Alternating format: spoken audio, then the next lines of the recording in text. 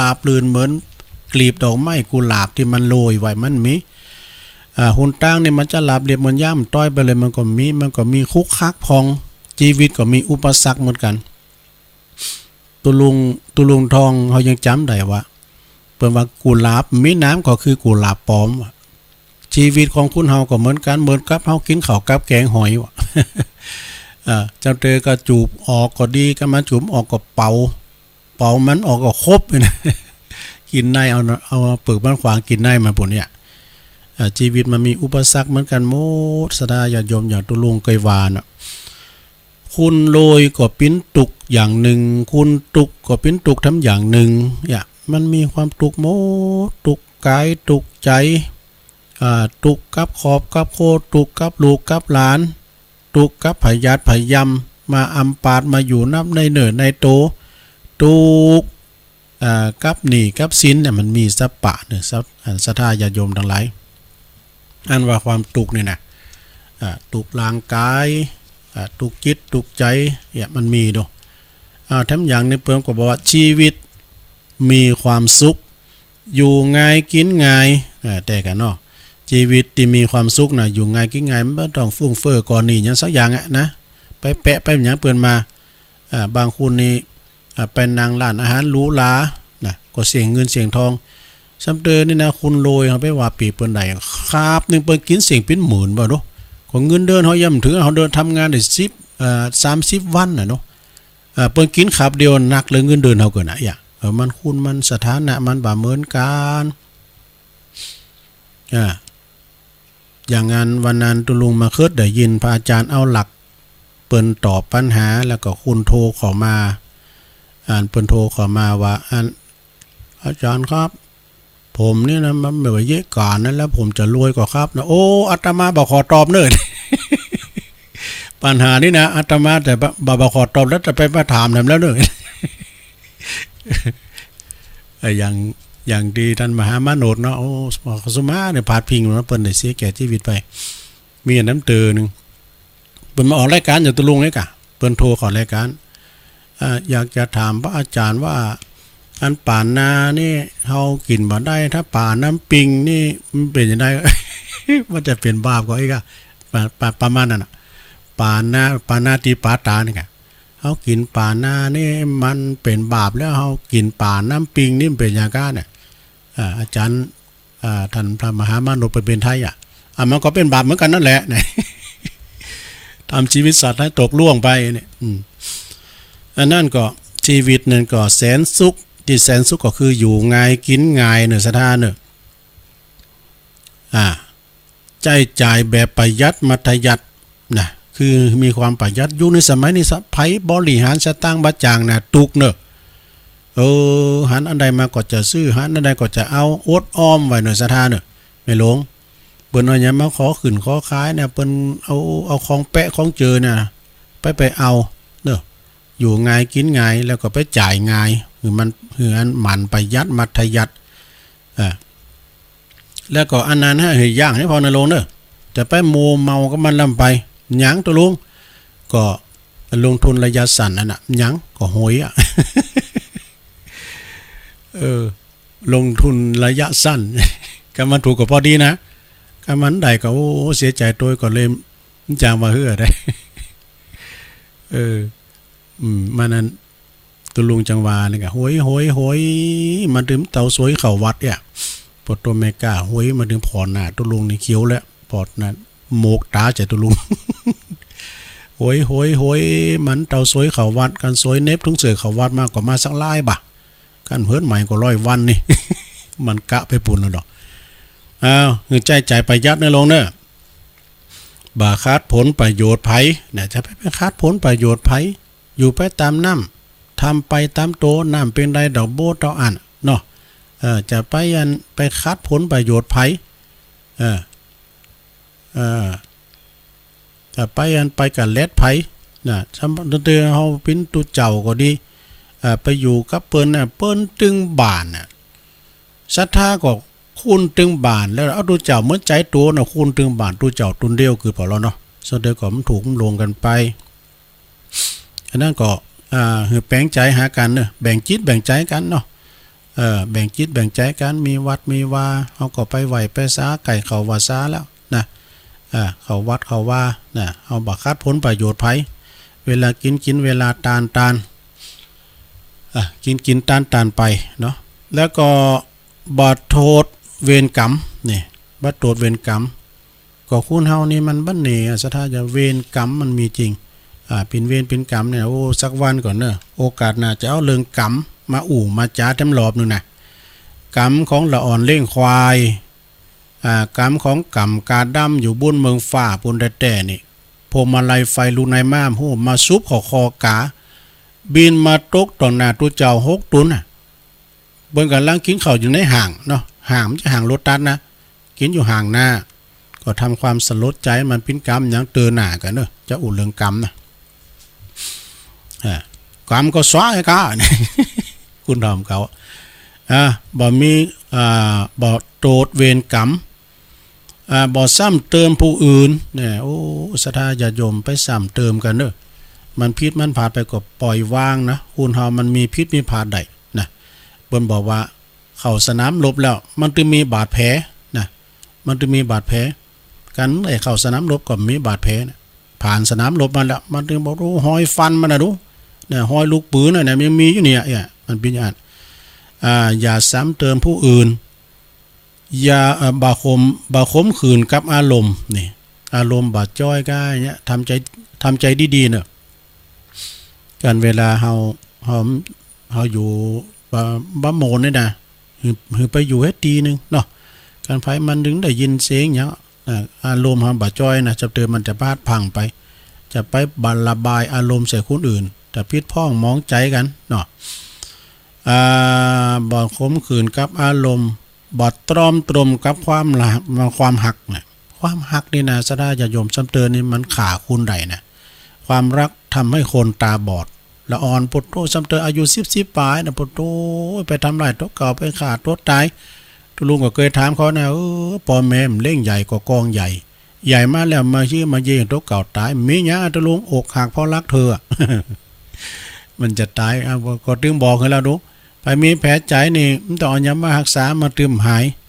คือเอาธรรมะของพระพุทธเจ้ามีกรอยู่บทหนึ่งนะเพิ่นว่าอันแผลกายง่ายนักหากรักษามันทายาทุกเช้าเย็นก็เป็นผลแต่แผลหนึ่งลึกล้ำจำต้องทนในกมลเกินแก้คือแผลใจนี่แผลใจนี่รักษาอยากนะจะนั่นก็ไม่ตรอมตรมกับความรักนี่ไม่อกหักกับความใคร่นี่อกหักรักร้อยคอยงานนี่นะ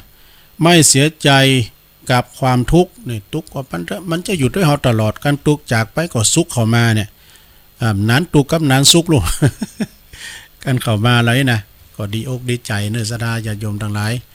มันมีทุกข์เหมือนกันหมด ทุกข์กับกินกับดอยตุกกับกินกับดอยแล้วก็มีทั้งอย่างหนึ่งเนาะอันนี้นะโอ้ปอยกันก็แฮะก็เดียวอันนี้ยังไม่ได้ว่าแต่นะโอ้ติ๊กว่าจะร้ายนะตุลุงการเท่งนะกะ การเท่งก็เดียวกันเนอะตุลุงเขาประกาศข่าวสารนี่กันเนอะข่าวมรณกรรมบ้านนี่เพิ่นสูงไล่มาครูบาอาจารย์เนาะก็เสี่ยงบุญกันไปก็ขอถวายความอาลัยกับหลวงปู่ท่านพระครูวรปัญญานุยุตครูบาปัญญาเนอะเปิ้นเป็นอดีตเจ้าคณะตำบลเมืองจีอดีตเจ้าวัดเมืองจีหลง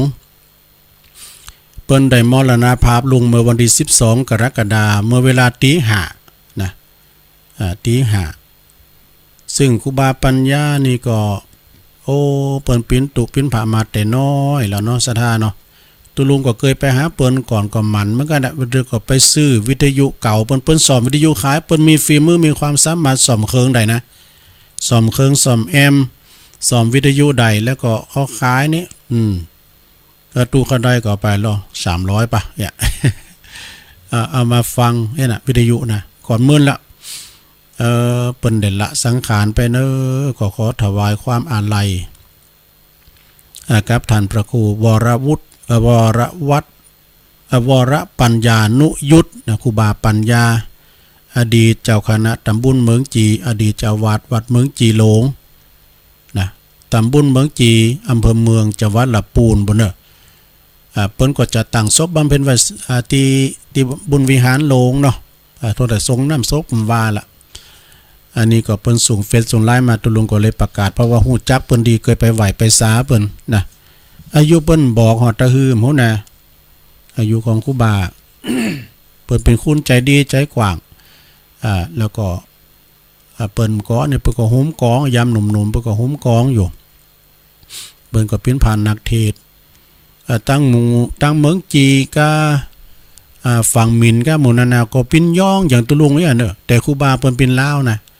ครูบาปัญญาเนี่ยเปิ้นอู่ลาวแต่ว่าเมืองจีก็บ้านกวมก็พดไปบ้านหมูเปิงบ้านของ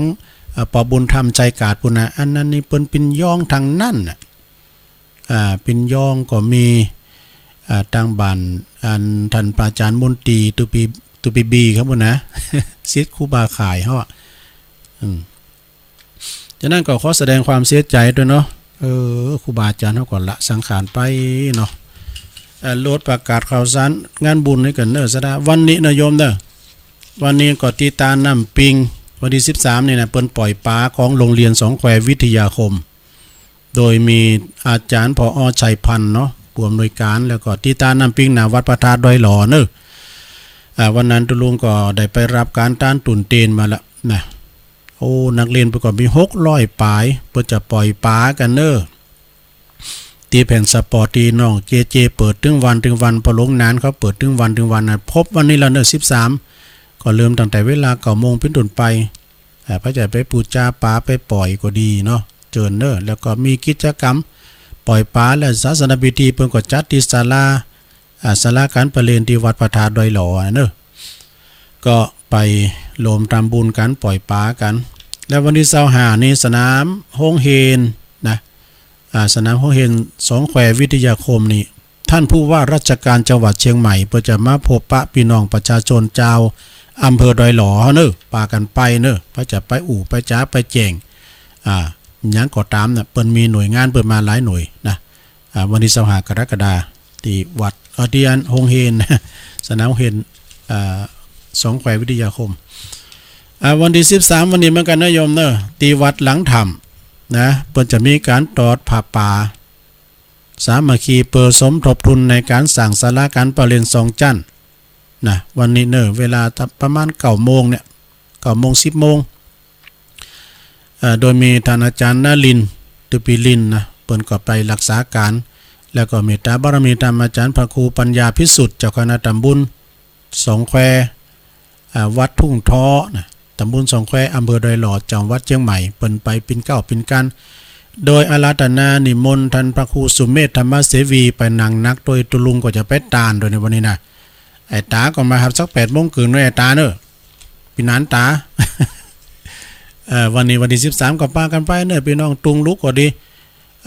มุงไก่หมูหิมเนาะไปรวมทำบุญโดยการเนอะตานผับป่าสามัคคีที่วัดหลังถ้ำตำบลสองแควอำเภอดอยหล่อแถมงานในวันที่13เหมือนกันวันนี้วันเสาร์ที่13 กรกฎาคณะศิษย์และคณะศรัทธาวัดศาลาเนี่ยเพิ่นจะทำบุญทำบุญ50 วันของครูบาอินตาครูบาอินตาที่วัดศาลาเนอะวันนี้นะก็ปากันไปรวมทำบุญนะเพิ่นจะมีทำบุญ50 วัน100 วันเนี่ยกะนะครูบาอินตาเนาะวันนั้นก็ครูบาวัดย่าปายเนาะโบกก้างสันกำแพงครูบาบุญตันนี่นะครูบาเขาอันนี้ก็เคยครับไปไหวเปิ้นนี่ได้เนาะเฮาก็เคยไปวัดเปิ้นแหละเปิ้นจังมาปีนั้นน้อยนะจ่า10 เอกอำนาจรุ่งเรืองเปิ้นจังนิมนต์มาเป็นมหาเถราจารย์นะเปิ้นมานั่งนักเปิ้นอธิษฐานจิตเป็นปาเกจิที่นางปกปุกเสกเคยไปไหวไปกราบเปิ้นก่อนลาสังขารท้ายแต่ปิดศพไปแล้วเนาะหลายวันแล้วนี่แล้วก็วันที่13เนอะวันนี้ที่วัดศาลาครูบาอินตาเนอะทำบุญ50 วัน14วันผูกวันฮือเนาะวันผูกกะวันติดวันผูกนี้ก็กรกฎาคมเมตตาบารมีธรรมหลวงพ่อพระครูอดุลศิลกิจนะเจ้าวัดถาดคำเปิ้นก็มีความปิติที่ว่าจะไปบรรจุพระ วัตถุมงคลต่างๆที่พระธาตุเจ้าเจดีย์นาที่วัดศรีถ้อยตำบลสันทรายอำเภอฝางเนอะศรัทธาญาติโยมก็ไปรวมกันเนอะไปรวมกับครูบาเนอะเปิ้นจะมีการบรรจุวัตถุมงคลนี้แม่มีหยังมีอันของดีหยังเอาไปบรรจุโดยเปิ้นก็เอาไปหรอเนอะเกี่ยวแหวนเส้นสิ่งหยังต่างๆเนาะเอาไปบรรจุที่คอหลักคังบุญนะไปรวมกับครูบาเนอะท่านพระครูอดุลศิลกิจวัดถาดคำหน้าที่วัดศรีถ้อยตำบลสันทรายอำเภอฝางเนอะอันนี้ก็ตุลุงวาไปตามท่านพระครูพอเฮาหลักกิบเอาเปิดมาจวยประกาศกระตุ้นเนาะอันนี้ก็วันนั้นว่าน้องเบลเนาะน้องเบลเปิ้นก็ว่าโอ้ตุลุงวันที่18เนอะที่วัดยางกวงวัดยางกวงนี่โดยมีท่านอาจารย์ท่านพอเฮาเนาะท่านพระครูปลัดสุรเดชสิริสุวรรณโนผู้อำนวยการสถานีเฮาพร้อมกับคณะศิษย์ศรัทธาเปิ้นจะมีการทำบุญครบรอบวันมรณภาพของครูบาคำอ้ายเนอะเวลา9 โมงเป็นต้นไปวันที่18นะโยมเนอะวันที่18นะที่วัดยางกวงก็ไปรวมกันเนอะน้องเบลเปิ้นจะไปห้องเพลงด้วย ห้องเพลงธรณีกันแสงห้องเพลงเนี้ยได้เปิ้นมาในแนวเพลงทุกใดหมดได้ทุกอย่างนี่นะน้องเบลนะน้องกบเนาะน้องจางน้องกบเพิ่นน้องเบลก็เชิญเนอะ18 กรกฎาคมที่วัดยางกวงเนอะทำบุญครบรอบของครูบาคำอ้ายซึ่งเป็นครูบาอาจารย์ของท่านพอเฮาเนาะพระครูปลัดสุรเดชสิริสุวรรณโนวันที่18เหมือนกันเนอะกรกฎาคม62เจิญรวมทำบุญปล่อยปลาคืนสู่น้ำธรรมชาตินะตีตาน้ำปิงนาวัดร้องทานท่าลี่นาวัดร้องทานนี้ตำบล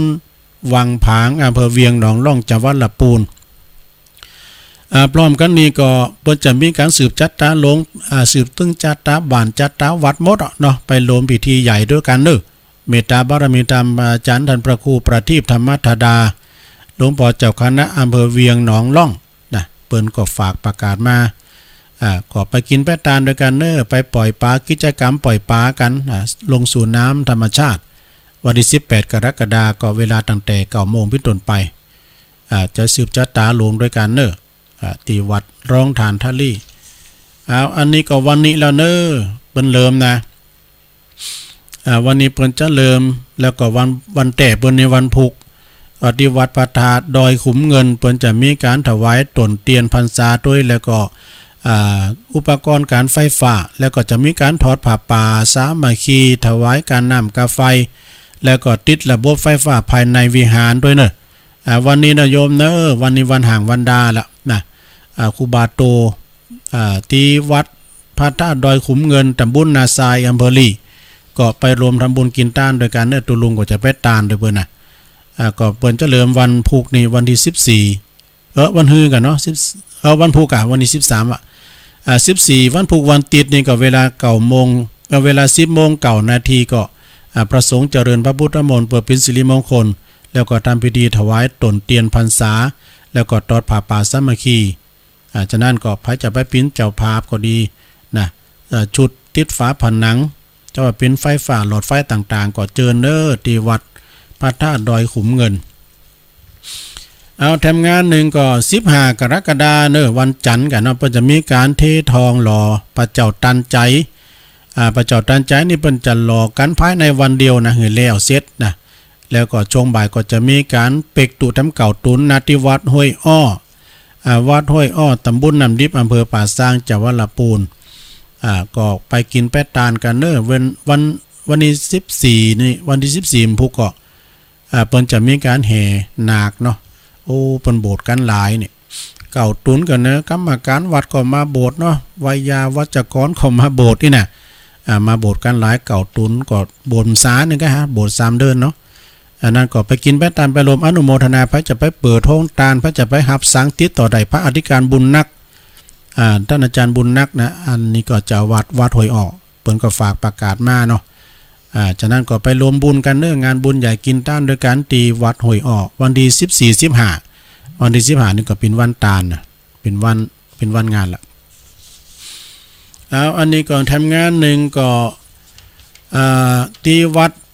พระป่าวัดพระป่านี่ก็เปิ้นอยู่ในเขตหมู่ที่24ตำบลดอยหล่ออำเภอดอยหล่อจังหวัดเชียงใหม่ เปิ้นจะมีการทำพิธีในการเททองหล่อปั่นพระเจ้าตันใจเหมือนกันเด้อปั่นพระเจ้าตันใจสีดอนชื่นขนาดหนาตักกว้าง14นิ้วเด้อนะในระหว่างวันติดที่1แล้วก็วันที่2กันยายนบุญนะอันนี้ก็ท่านอาจารย์เปิ้นฝากประกาศมาไกลๆมาก็จะมีการก็จะประกาศรายละเอียดเนาะโอ้ครูบาอาจารย์เปิ้นก็จะมากันหลายเนอะเมตตาบารมีธรรมจากพระเดชพระคุณหลวงปู่พระพรหมมงคลหลวงปู่ทองศิริมังคโลที่ปรึกษาเจ้าคณะภาค7นะเจ้าวัดพระธาตุเจ้าสลีจอมทองวรวิหารพระเดชพระคุณราชคุณพระราชวิสุทธิยานนะเจ้าวัดวัดป่าดาราพิลมแล้วก็เจ้าคณะจังหวัดเชียงใหม่ละปูนแม่ฮ่องสอนฝ่ายธรรมยุทธนะเปิ้นก็เป็นอุปถัมภ์ด้วยนะแล้วก็ศรัทธาสาธุชนทั้งหลายตัวเนไปจะไปลมโดยการก่อเจอไก่มาตุลุงจะประกาศทำก้ามหนึ่งเนาะ1-2 กันยาเพิ่นก่อนนะเปิ้นจะมีการปั่นพระเจ้าตันใจแล้วเปิดวัดตู้เจ้าเปิ้นก็มาอยู่ละนะตู้เจ้าก็หายากหาเข็มสดาญาโยมทั้งหลาย ก็อยู่ตุนเดียวไปก่อนเนาะที่วัดบ้านขวางตำบลหนองน้ำอำเภอเมืองจังหวัดลำพูนนี่เปิ้นทำการซื้อตีดินทางทิศตะวันออกของวัดนะจำนวน2ไห่กับ3งาน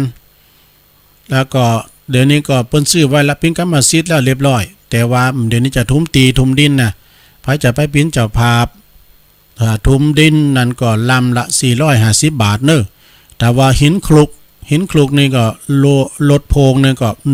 2,800 บาทเนอะหินคลุกนี่นะ 2,800 บาทถ้าว่าพระจะไปหับปิ้นเจ้าภาพกำแพงวัดห้องละ 6,000 บาทเนี่ยเปิ้นจ่าลึกบันทึกเขียนจื่อติดโดยเฉพาะผู้ที่เกิดปีวอกปีลิงน่ะเปิ้นว่าสร้างถนนสร้างกำแพงปิ่นตาลมีจิตศรัทธาหรือว่าเกิดปีได้ก็ตามนะอาจจะไปปิ้นเจ้าภาพหรือว่าตามเจตนาก็ติดต่อสอบถามได้ที่พระครูประภัสศรีลาภรณ์เจ้าคณะตำบลหนองน้ำเจ้าวัดบ้านขว้างเบอร์โทรศัพท์081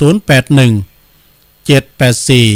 9873 081 784 9873เนอะทำงานหนึ่งก็ตีวัดอาจารย์ท่านพระมหาประสิทธิ์ธรรมาภินันโทนะเปิ้นก็มีกิจกรรมหลายอย่างแล้วก็โดยเฉพาะก็พระจะไปปิ้นเจ้าภาพหลอดไฟน้ำมันโกมผ่าปังสกุลจุลลอยก็ติดต่อใดเนอะติดต่อใดตีวัดจ้างกรรมเปิ้นปิ้นผู้นำบุญฝ่ายตั้งละปูนเนอะเฮาก็จะไปกินไปตานเปิ้นจะไปก่อนเฮาปุดโตเปิ้นเอาอุปกรณ์การอย่างหลายอย่างจะปิ้นกล้องปิ้นกองห่าง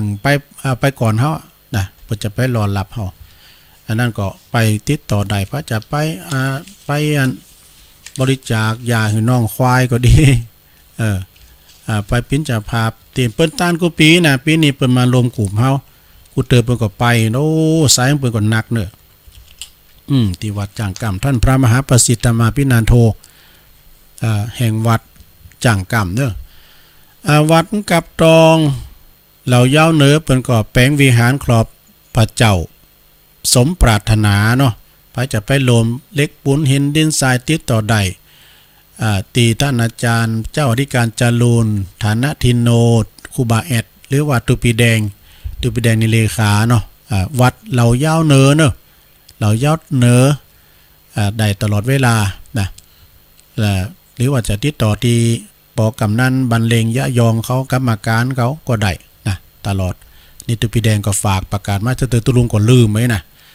แล้วก็ที่วัดเหล่าเย้าไต่เฮานี่เปิ้นก็ลื้อหลังคาหมดเปลี่ยนบ่หรอ เปลี่ยนดึงดินเปลี่ยนหยังหมดเนาะงามเหมือนกันนี่ศาลาเพิ่นน่ะมันโปกกินว่ะลงลงมาเฮา มันเป็นหยังเนาะเอาใหม่แปลงใหม่ศรัทธาญาติโยมวันนี้ก็สายที่เปิ้นมาจะโทนบอกฟังนะวันนี้ตุลุงลืมอย่าลืมแหละมันเวลามันหน่อยเนาะมันจบเวลาไว้ก่อนสายที่1ก็ยายน้อยกันนะสายที่2ก็สันหาวสันปัดต้องสายที่3ก็แม่ปราณีสุดที่นั่นสายที่4ก็โควิดบัดดอยหลังถ้ำสายที่5ก็แม่เอาห้วยส้มปล่อยเนี่ยแม่บัวเขียวสายที่6ก็ ป่าแดดในเมืองสายใหม่เพิ่นเคยโทรมาบ่เคยโทรมาน่ะแม่พินเนอะสายที่7ก็แม่สีพันบ้านร่องอ้อสายที่8ก็เวียงกุมกามป่าเปอะสายที่9ก็ต้นเป่าสันกำแพงสายที่10ก็แม่อวนสันขวางสายที่11ก็ปะหลงมาสุมาหลวงพ่อมานิดถามว่าโรสายที่12ก็ทาโดยคางแม่อมรสายที่13ก็แม่อามพรห้วยมงบันทิสายที่14ก็แม่สายทองธัญญาแก้วตัวแทนวัดตัวแทนห้วยการสายที่15ก็ปีนานลือหลงจากบันทินะไม้สุงค่าสายที่16ก็แม่บุญกาดก่อมสายที่17ก็ปอนนานค่ำบันปอปีนานค่ำปันเนาะบันเวงสายที่18ก็แม่บุญศรีสางเลงตุนพึ่งสายที่19ก็แม่จันติบวัดเกตแก้วกาลามวัดเกตกาลามสายที่20ก็น้องเบี้ยวนะเปิ้นฝากประกาศ18เด้อประกันที่ยางกวงแล้วโดนน้องเบี้ยวไปห้องเพลงโดยสายที่21ก็สีดอนชัยสารพีเชียงใหม่สายสุดท้ายว่าก็แม่สุภลักษณ์สันพระเจ้าแดงนี่อันนี้ว่าตุลุงได้โทนในวันนี้เนาะตอนนี้ก็จับเวลาพอดีพอออกไม่ออกสะดาทั้งหลายนะตุลุงก็จะเปิดสายแล้วพระอยู่ที่ไหนตั้งใดก็โทรมานะสายไก่91.0ก็ไม่พองของพี่หยัง0899555606มีก็ถ้ามีก็โทรเข้ามาก็เดี๋ยวก็ฟังอาจารย์ภาครูอภิวัฒนวิกรมทาง91แถมสายเฮานี่ก็เดี๋ยวก็สวดมนต์โดยอาจารย์ท่านพระมหาวิษณุจารุธรรมโมกันต่อไปเจริญปอนเจ้าไอ้สาเจ้าวันนี้ตับลืมตื่นก็เปิดทานปอว่าทำพอดีจบนะเจ้าจะพอได้จับเจอความใหญ่นะเจ้าบอกสอนลูกเหมือนเพจเหมือนอยากษาคนบาปนะสอนอยากลำบากใจสอนไปตึกตีว่าตัดใจกอดจุกใจพอมีจนเกตตายบอกคำมาแก่คนบ่สนใจเหมือนสาดน้ำสัดไปใส่ลังมามันสลัดทิ้งขวางไปบ่ศรัทธาคนจิตหนาดันนอก็บอกกันบอกคำมาแก่คนที่สนใจเหมือนถามใหม่ย่อมง่ายได้สีสวยบอกแนะนำกันง่ายให้งงงวยต่างได้รวยสับภายในใจงดงามบอกธรรมะแก่คนบอกไปวัดมันติดขัดมีการงานก่อหลายความจริงแล้วไปวัดก็อยากไปถ้าบ่ตายรอเท่าหน่อยก่อยไปหนึ่งเจ้ากำยองวันละกำนะเจ้ากำวันนี้ป้าวะนะเจ้าเนาะภาษาไทยแปลว่านำไปทางที่ไม่ดีเจ้าไว้ตาเจริญปอนปาเวาะเป็นอย่างอี้เนอะเอา0899555656สายข้างบัดเจ้ามาเลยสายบนรอสายมึนไปหน่อยเจริญปอนภาษาเจ้าทุลุงแม่เพนขาวเตี้ยว่าไปเลยแสงไฟสว่างตาแสงธรรมะสว่างใจสว่างตาได้แสงไฟสว่างใจได้แสงธรรมเจ้าวางชัดเจนด้วยกำลังใจทุลุงเนอะยินดีหลายๆว่าเจ้าภาษาเจ้าบุญรักษาเนอะสาธุนี่ก็ตัดจากเนาะเจริญปอนภาษาเจ้าแม่อยู่ไหนนี่อยู่ไหนอยู่แม่บุญพินลงพยาบาลบางแม่บุญพินวันนี้เปิดสาย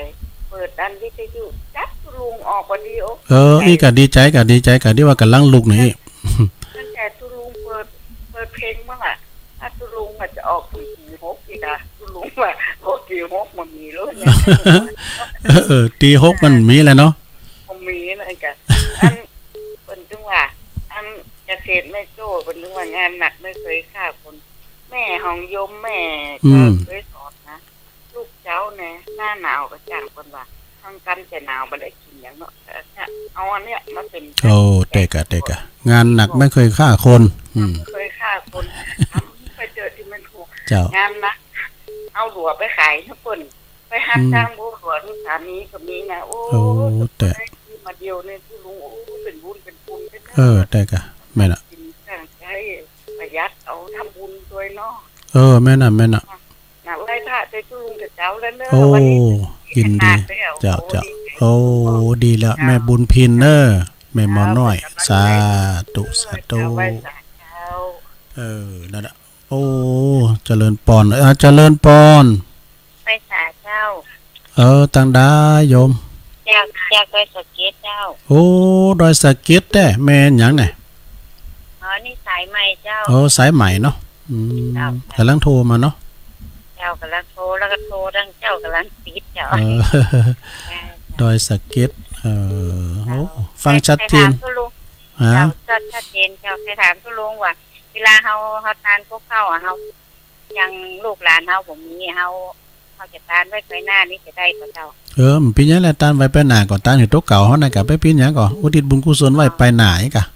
ปิ้นข้าวห่อขอดไตเฮาปิ้นปลาไทยยังซอข้าวห่อไว้อ่ะกะดีละดีละตานไปหน้านะกันเนาะเจ้าทั้ง2วันละอันน่ะเจ้าก็ยังปิ้นน้อยอุ่นนะกะ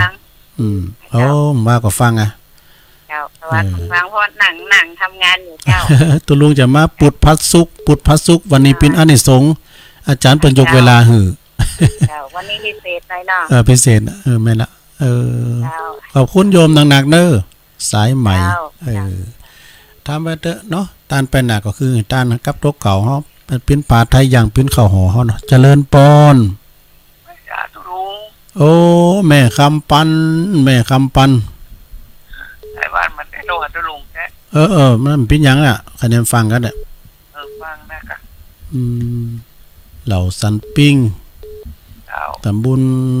บ้านเลินเนาะอำเภอป่าซางไปตานเตียนด้วยกันอยู่เนาะแม่เนาะไม่ได้ไปจ้ะอันนั้นเป็นหยังจะบุญมาฝากเหอะอยู่ทั้งบ้านฟังการถ่ายทอดน้องเจเพิ่นจะถ่ายทอดให้ฟังว่ะ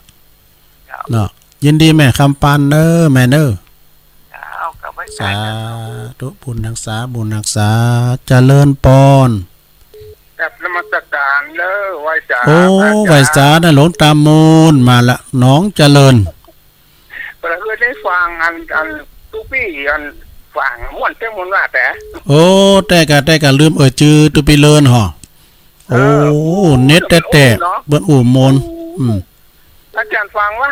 ฟังจนจบเลยกะแต่ว่าถ้าจือไปว่าลืมไหมน่ะกันหลวงตามูลบอกก็ลืมไปละ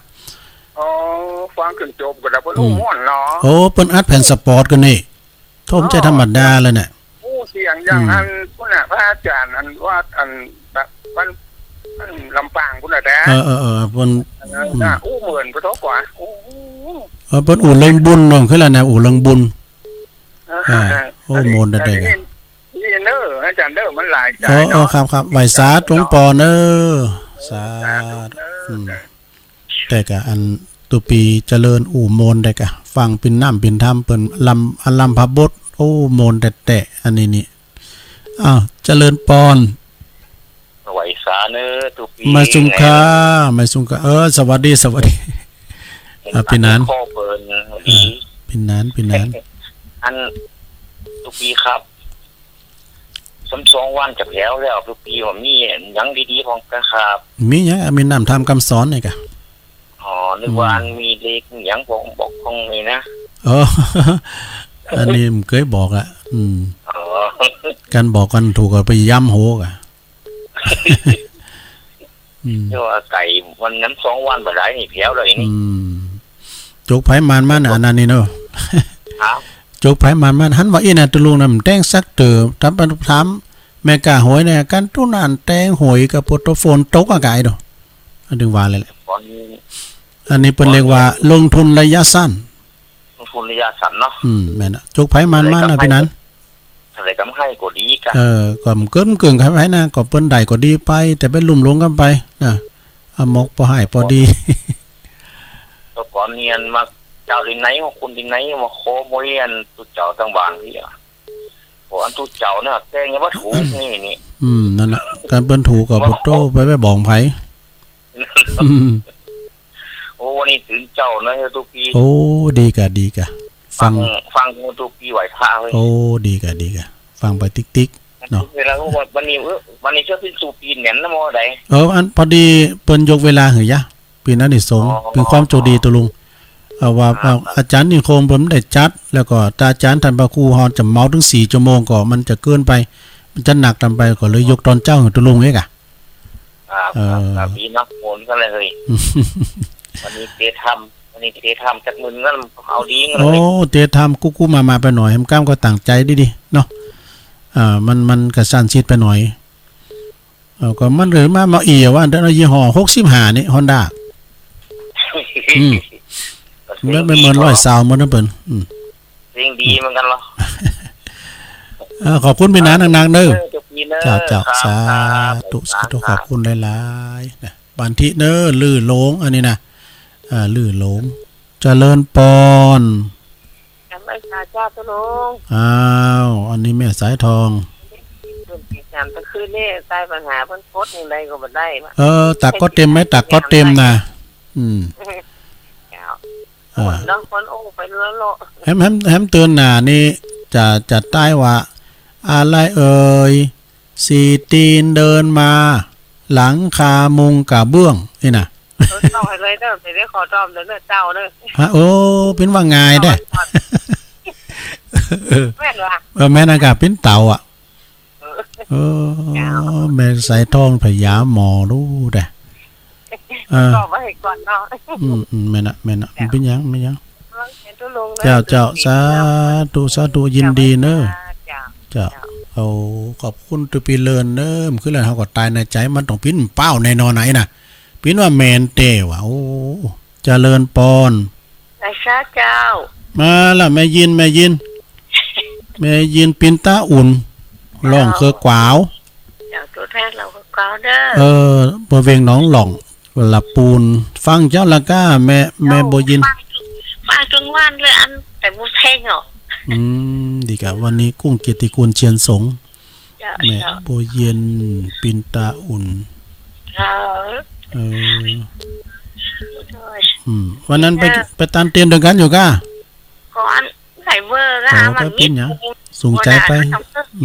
สูงใจไปแม่น่ะก็ยินดีแม่โบเย็นปินตาอุ่นนางเด้อตัวแทนเนาะเชียงเจ้าหมูนะโอ้เป็นยังอยู่ตอนนี้ฟังเนาะเพิ่นจะถ่ายทอดเจ้าสาธุ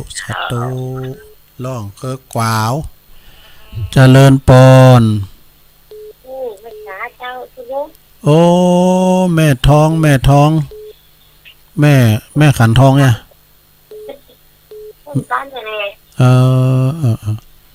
แม่ฟังจ้าก้าแม่เอารางวัลอื่นต้นนากาแจ้โฮมแม่อยู่แม่ขันทองไงแม่เหรอจันฟองแต่แม่จันฟองนากาที่จะลืมเนี่ยพี่น้องตั้งหลายดอยขุนตาลแจ้โฮมลำปางดูโอ้ไปจากหลายดอยขุนตาลไปได้80 กิโลก่อน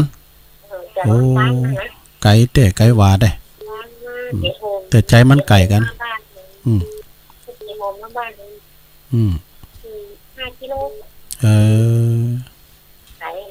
วันนั้นนี่แม่ทะบ่เนี่ยแม่ทะก็ไก่กะแม่ทะไก่กะแม่ทะมันก็ฟังได้นะ96เนี่ยขอบคุณแม่จันฟ้องหลายๆเด้อแจ้โฮมเนาะจ้าโอ้เมื่อกันด้วยกันกะเมื่อด้วยกันไปกินปลาตาด้วยกันสายนี้ก็ติดต่อกันเด้อมานอนหลับปูนไปกะจ้ายินดีแม่ฟองเด้อจ้าตุแม่จันฟองแจ่ห่มเจริญปอนไปสารเจ้าตรงแม่อำพรนะแม่สุพรรณโอ้แม่สุพรรณผู้นำบุญแต่ด้านลากันดูแม่สุพรรณ อัน จำได้อยู่อย่า จำได้กะบ่ผู้นำบุญอะแม่สุพรรณหยังก่อนนามสกุลอ่ะ มงคลพันธุ์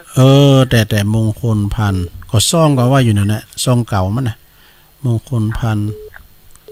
อันที่ว่าเป็นแบบไปเมืองฝางในบ้านไทยก็ตุลุงเป็นยิงมือกันหนักแต่หนักว่า โอนากาโต140กันอันนี้สปอร์ตกันรถปิกอัพแท้เน่นนะอืม อันเป็นปิญญากันกะตั้งกุลกะอย่างไรคนรู้จักกันกะ มันไปตามสายวิทยุนี่กันไหมตามสายวิทยุนี่กัน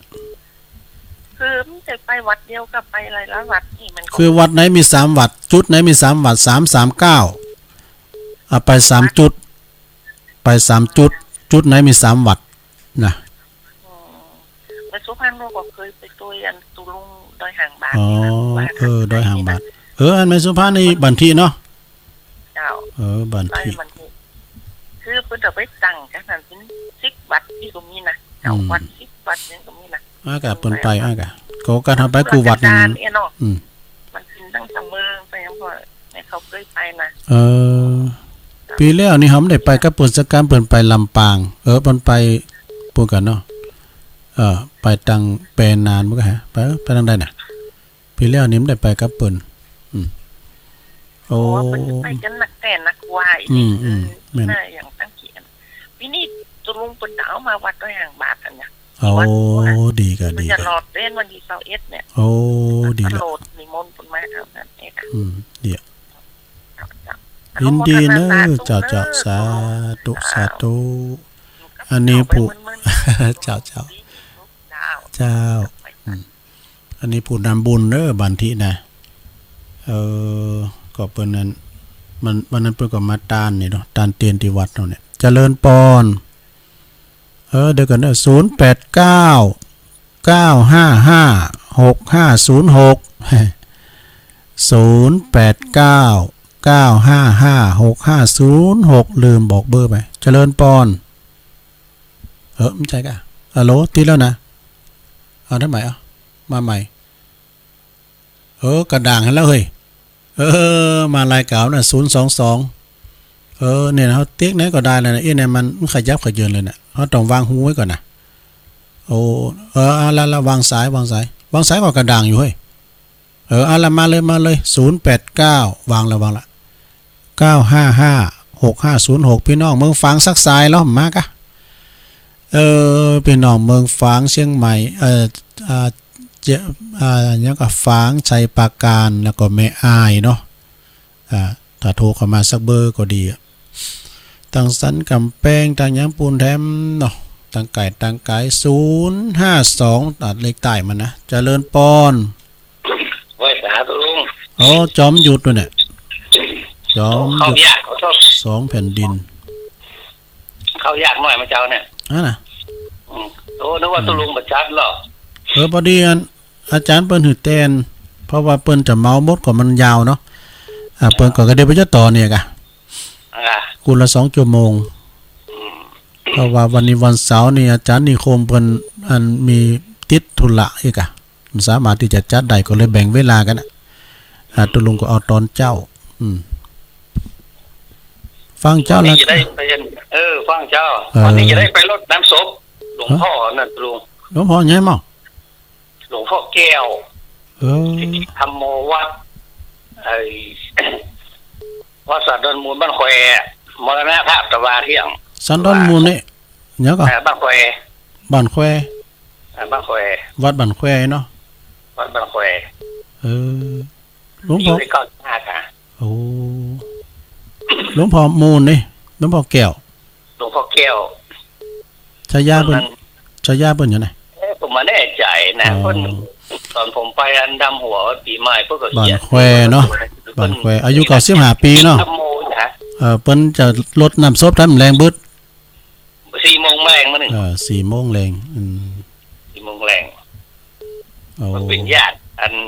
ผู้ใหญ่นะผมนะไปดำหัวอันปีใหม่เพื่อเป็นผู้ปีเนาะ อันนี้กาละวัยเปิดกับ95เนี่ยโดนทำ5ปีจะถึง100แล้วเนี่ย นะครับ น้อยใจ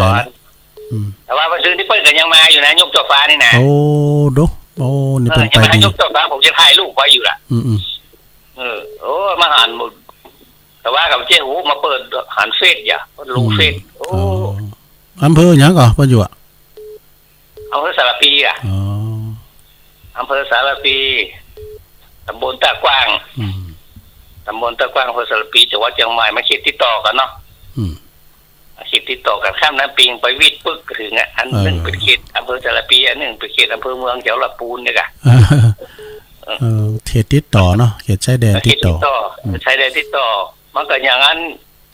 อย่างน้ำปิงกันของตุลุงอะค่ะ อากะคนละฝั่งปิ้งอ่ะ คนละฝั่งปิงอ่ะ อืม ค่ะข้ามมาเป็นลำพูนมาได้อ่ะ อืม วันนี้จะได้ไปร่วมทำบุญเปิ่นจะได้ไปนี่เลยว่าเดี๋ยววันนี้ตุลุงอดจดมาวันเสาร์แต่ว่าบอกมันตึ้งเพราะว่าให้เดี๋ยว พอเป็นอานิสงส์อาจารย์เพิ่นยกเวลาหือกะ อ๋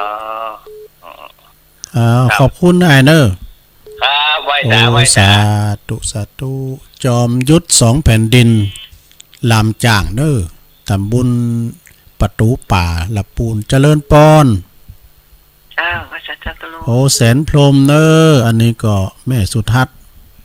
เจ้าโอ้มวยเต้นเนาะ แต่กับมือแตน เจ้ากระดิ่งเนาะ ก็แตนกันไปเปิ้นอยู่เฮาได้อยู่เปิ้นแตนเฮาการเฮาได้อยู่เปิ้นได้อยู่เฮาแตนเปิ้นนะกะ เจ้า เป็นบริหารเวลาเนาะ เจ้าชัดเจนเด้อเจ้านี่นะ โอ้เดี๋ยวฟังเปิ้นก็โมนคือแหละฟังตุปีเลินก็โมนแต่โมนว่า เจ้า พระจะไปปิ้นเจ้าภาพรวมกับเปิ้นให้พี่น้องฟังเด้อเปิ้นจะต้านก๋วยเตี๋ยวปั้นถ้วยกันนะถ้วยละ20เด้อไปติดต่อเปิ้นได้เปิ้นจะเอามาเลี้ยงหมูทั้งเนี่ยพี่น้องละปูนเชียงใหม่เพียงเป่าๆนี่กะเนาะปั้นถ้วยกันนะแม่เนาะอากาศเฮาก็ไปหอมกินมื้อกะหอมสตังค์นั่นกะเนาะ ไปพวกกะเจ้าก็เขาไปกับพวกเราก็จอมพระกัน แน่นอนกะอันนี้แน่นอนแต่แปลงซองตอนนี้ไปเลยกะ เจ้าใช่เป็นใบพระกะ แม่น ต้องใส่ชื่อกันเนาะ แม่นขอบคุณแม่สุทัศน์หนักๆเด้อ เจ้าสาธุแสนพรหมทุ่งปีแม่วางแม่เสียวแล้วเนี่ยเจริญปอน ไม่สาเจ้าต้องรู้แม่ฟังเด้อ แม่อยู่ไหนน่ะ สันซ้ายไม่ย่อยเจ้า โอ้น่ะกะตักไปลำจะสันทรายแม่ย่อย สาธุเจ้า โอ้ ไว้สาเจ้า เจ้าสาธุโอ้นี่เปิ้นมาโวยไปโวยแถม5นาที0899556506เจริญปอน ไว้สาเจ้าวัด เกตกาลามมาแล้วแม่จันติ๊บมาแล้ว เจ้า ฟังจ้าละแม่ สาวกรรมเลยกดได้สาวกรรมค่ะได้ โอ้ เต็มเลยเจ้า เศร้ากรรมกันเนี่ย เจ้า เปิ้นก็ตึงนั่นแต่ได้เฮาก็มจางชื่อได้มัน เจ้า เปิ้นติดแล้วก็ดีนะแม่เนาะ เจ้าวันนี้ได้ฟังตัวอีกวันเนาะ น่ากะอย่างที่ว่านั่นเนาะเปิ้นยกเวลาหื่นนะกะ เจ้า ทำกรรมก็ปุดหน้าบ่กะเนาะขอมสาบ่ จ้ากำลังใจลุงนะ โอ้ เจ้า ขอบคุณแม่จันติบเนอ เจ้า สาธุวัดเกตกาลามเจริญปอน ไว้สาเจ้า โอ้แม่บัวคลี่ดีใจอยู่ดีมีสุขเนอแม่ เจ้าผมจะไปหาหมอแล้วเจ้า ไปหาหมอแม่น่ะ วันจันทร์ วัน จันทร์นี่จะไปหาหมอเจ้า แม่น่ะหน้าวัดโคกเปีย ลูกเจ้าตัวนักฟังทั้งวันนะเจ้า ฟังไปเอาหน้ามาทำเนอปิ้นติจังติมัน ก็ต้องบอกว่าจะ12มาได้ยังว่าลง แม่อายุ82แล้วอ่ะ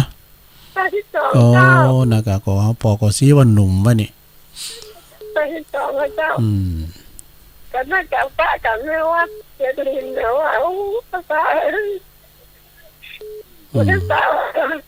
ดีละหันหน้าหันตาก็ดีใจเฮาก็อันไปหันแม่โบคลี่แล้วนะวันนั้นว่าอาจารย์ท่านพระมหาวิษณุก็โทรมาแถมว่าอันปอคูสมบูรณ์เพื่อจะต้านผับป่าขึ้นจับวันที่21เฮาจะไปต้านตีนบ่ดีนะอาทิก็จะไปโจยเปิ้นนี่ก็ก็ไว้โอกาสหน้าเด้อเนาะ เจ้าต้องไปก่อนเวลาเกี่ยวมันจะมาด้วยเท่า นั่นน่ะเดี๋ยวมาแล้วมากดกูได้ขึ้นรถมาบ้านเอาน้ำห้อนลูกอย่างแม่อันแม่บุญศรีว่าน่ะเอาน้ำห้อนลูกมันเด้อโอ้น้ำห้อนอย่างยาสารพัดยาเจ้านั่นน่ะก็โทษทำไปยาอย่างจ้ะต้มน้ำห้อนใส่ถุงก็รักษาไปเนาะแม่เนาะขอเป็นกำลังใจให้แม่โบคีเนอะขอเป็นกำลังใจให้แต่เนาะสาธุเนี่ยผมจางจะได้ลูกหลานปุกมมีอยู่ไก่ปุกอยู่โตคุณเดียวแม่โบคลีนี่นะก็ขอเป็นกำลังใจให้แม่เนอะก่อนมีอยู่16สายโยมเดี๋ยวนี้มันเสี่ยงเวลาตุลุงไปแล้วนี่นะมันลูกหูมื่นไปหน่อยได้กูเตือนมัน22กันแล้วขอสุมมาสายที่เปิ่นโกดมาเนอะหลังจากออกรายการตุลุงย้ำได้อย่างนั้น1เข้าก็1เข้าก็โต้ยปุกยังโทรกันมาอยู่นะโทนสายก็นอสายที่1แม่หน่อยกัดนาสายที่2ก็แม่เป็นข่าวเตี้ยสายที่3ก็แม่บุญพินโรงพยาบาลลานนาสายที่4ก็แม่อันนี้สายใหม่ด้วยสเก็ตเนอะเปิ่นตานไปหน้าได้บุญก็ได้เนอะแล้วก็สายที่5แม่คำปันเหล่าสันปิ้งสายที่6ก็แม่หลวงตามูลนะน้องเจริญวัดน้องเจริญบ้านหุ่งเนอะสายที่7ก็ปินานปินานลื่อหลงบันทินะสายที่8ก็แม่สายทองตัวแทนหวยการสายที่9ก็แม่บัวเย็นปินตาอุ่นล่องเคือกวาวสายที่10ก็แม่จันฟองแจ้ห่มลำปางสายที่11ก็แม่สุพันธ์มงคลพันธ์ปุ้นปอยู่บันทิปุ้นเนอร์วันที่21เปิ้นจะหลอดเตีนโดยสายที่12ก็จอมยุทธ2แผ่นดินหลงพอแก้วนี่เปิ้นก็เสียงบุญในวัย95เมื่อแรงบึดเปิ้นจะส่งน้ำซบเนอร์ตีบ้านแควอำเภอสระปีตำบลตากว่างอำเภอสระปีเนอก็ไปรวมกันครูบาอาจารย์เฮาได้เมืองจีโลงโดยสายที่13ก็แม่สุทัศน์ดีมูลแสนพรมทุ่งปีสายที่14ก็แม่ย่อยสันทรายเนอสายที่15ก็แม่จันติบวัดเกตกาลามสายสุดท้ายแม่โบคลี่เปิ้นอยู่หน้าวัดโคกเปียเป็นกำลังใจมี16สายหรอวันนี้มึนยาวไปหน่อยเสียงเวลาพอดีก็ขอขอบคุณเนอะวันนี้มาบริหารเวลาแตนเป็นมวยแตนเปิ้นพิษผัดประกันได้สุมาอาภัยครับตุลุงเนอะปุดหนาก็ป้ากันแหมข่มสาวนะโยมเนาะวันนี้ตุลุงก็ขอนำรายการจากราชธาไปก่อนก็เดี๋ยวเฮาสวดมนต์รายการเนอะกับวัดจิลินท่านพระมหาพิษณุจารุตโมกับคณะสงฆ์สมณเณรวัดจิลินกันต่อไปอยู่ดีมีสุขเหมือนกันกูคนเนอจัตตาโลธรรมาวัตันติอายุวันโนสุขังปลา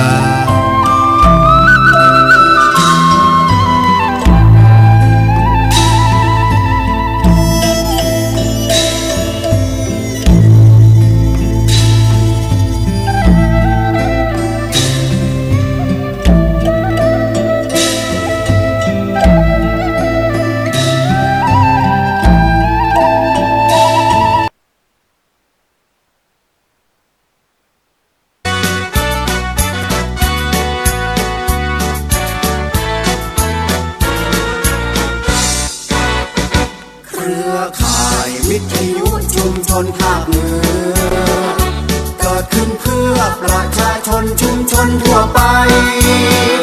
โยงพิจิตรพิษณุโลกพะเยาเชียงใหม่สุโขทัยเชียงรายแพร่แม่ฮ่องสอนเราเชิดชูชาติศาสตร์กษัตริย์และรัฐธรรมนูญเราเกื้อกูลบริการกันทุกองค์กรลำปางตากอุตรดิตถ์ร่วมคิดร่วมปอนเที่ยงแท้แน่นอนเป็นสื่อกลางสร้างสรรค์สิ่งดีกำแพงเพชรชรบูรณ์ลำพูนน่านเราร่วมประสานงานสิ่งสำคัญนี้เชื่อมโยงกันนครสวรรค์อุทัยธานีเครือข่ายนี้มีชื่อว่าวิทยุชุมชนชนทั่วแคว้นแดนไทยนี้มีเสรีสิทธิ์แสดงความคิดเสนอแนะและ